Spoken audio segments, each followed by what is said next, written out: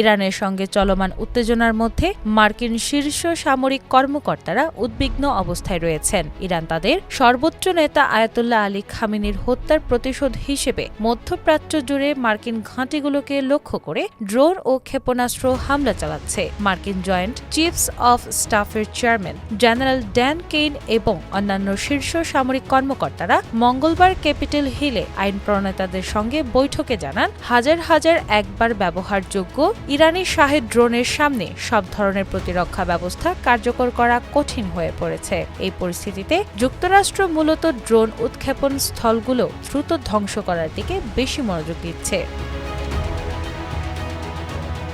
ড্রোনগুলো স্বল্প মূল্যের ধীরগতিসম্পন্ন হলেও আকাশ প্রতিরক্ষা ব্যবস্থাকে ফাঁকি দেওয়ার মতো ক্ষমতা রাখে। মার্কিন কর্মকর্তারা বলেন, এতগুলো ড্রোন একসাথে মোকাবেলা করা খুবই জটিল, যার কারণে সরাসরি প্রতিরক্ষা ব্যবস্থা কার্যকর করা সীমিত। তবে জেনারেল কেইন নিশ্চিত করেছেন, মার্কিন সেনাবাহিনী প্রয়োজনীয় সরঞ্জাম ও প্রতিক্রিয়াশীল সক্ষমতা বজায় রেখেছে। কংগ্রেসের কিছু শীর্ষ ডেমোক্রেট এ বিষয়ে উদ্বেগ প্রকাশ করেছেন যে ড্রোন প্রতিরোধে ব্যবহৃত ব্যয়বহুল ইন্টারসেপ্টর ক্ষেপণাস্ত্র দ্রুত ফুরিয়ে যাচ্ছে।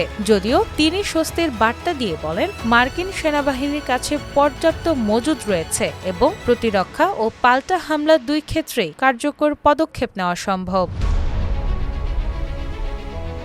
ইরানের সঙ্গে চলমান সংঘাতের কারণে যুক্তরাষ্ট্রের অর্থনৈতিক চাপও বেড়ে গেছে। প্রতিরক্ষা মন্ত্রণালয়ের প্রাথমিক হিসাব অনুযায়ী যুদ্ধের প্রথম কয়েকদিনে প্রতিদিন প্রায় $200 কোটি ব্যয় হয়েছে। সাবেক প্রেসিডেন্ট ডোনাল্ড ট্রাম্প সামাজিক মাধ্যমে দাবি করেছেন, যুক্তরাষ্ট্রের অস্ত্র মজুদ প্রায় সীমাহীন এবং যুদ্ধ চালিয়ে যাওয়ার ক্ষমতা রয়েছে।